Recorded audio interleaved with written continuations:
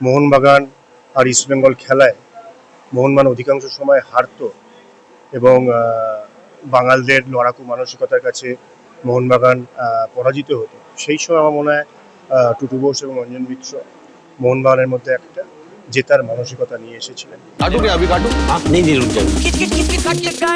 Game कोई भी हो, पकड़ मजबूत होनी चाहिए। सीमेंट से पकड़ बनाए मजबूत SRMB 550D TMT bar।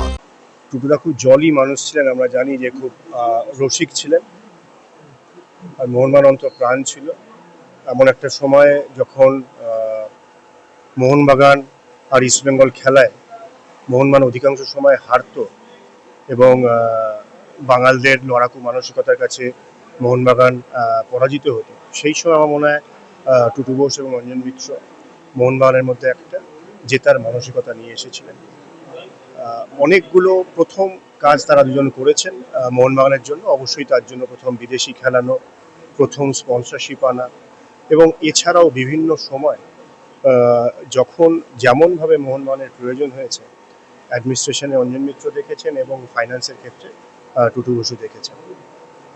সেই সময় যারা ফুটবল ফলো করেছে, সেই সময় যারা কলকাতা ময়দানের খবর রাখেন, তারা জানেন যে টুটু অঞ্জন কীরকম, যেমন বলি কি দুটো দেহ একটা প্রাণ, এবং ময়দানে বিভিন্ন সময় এমন চেষ্টা হয়েছিল তাদের দুজনের মধ্যে বিভেদ ঘটানো, কিন্তু দুটো মানুষ ভীষণ রকমভাবে একে অপরের যেভাবে বন্ধুত্ব নিভিয়েছেন আর সেরকমভাবে একসাথে তারা মোহনবাগানের উন্নতির কথা ভেবে গেছেন। তো আমার কাছে স্বর্গীয় টুটু বোস কে আমি খেলোয়াড় হিসেবে টুটু দাস হিসেবে সম্বোধন করতাম। পরে সোহিনী আমার স্ত্রী হওয়ার পরে আমি টুটু কাকু হিসেবে তাকে সম্বোধন করতাম। আর পরে যখন আমি এআইএফএ প্রেসিডেন্ট হয়েছি, উনি আমাকে অভিনন্দন জানিয়েছিলেন। তখন এআইএফএ প্রেসিডেন্ট এবং মোহনবাগান ক্লাবের প্রেসিডেন্ট হিসেবে দুজন অফিসিয়াল ডেজিগনেশন ব্যক্তি হিসেবে আমরা আলোচনাও করেছি ফুটবল নিয়ে। অত্যন্ত দুঃখের বিষয় যে টুটুদা পরলোক গমন করেছেন। মোহনবাগানের অপূরণীয় ক্ষতি, বাংলার ফুটবলের অপূরণীয়, ভীষণ রকম আমি বলছি অপূরণীয় ক্ষতি। আর কিন্তু সব শুরুরই শেষ থাকে, আমরা জানি। শেষের দিকে উনি ভুগছিলেন। উনি যেদিন ভর্তি হয়েছিলেন সেদিন আমি এবং শ্রী নিশীথ প্রামাণিক গেছিলাম দেখতে বেলভিউতে।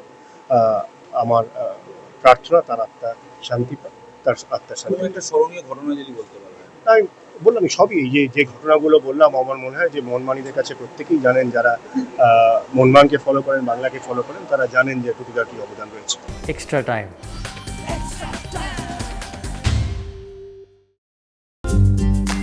লেটেস্ট নিউজ আর এক্সক্লুসিভ ভিডিওর সঙ্গে আপডেট থাকতে এখনই সাবস্ক্রাইব করুন আমাদের ইউটিউব চ্যানেল।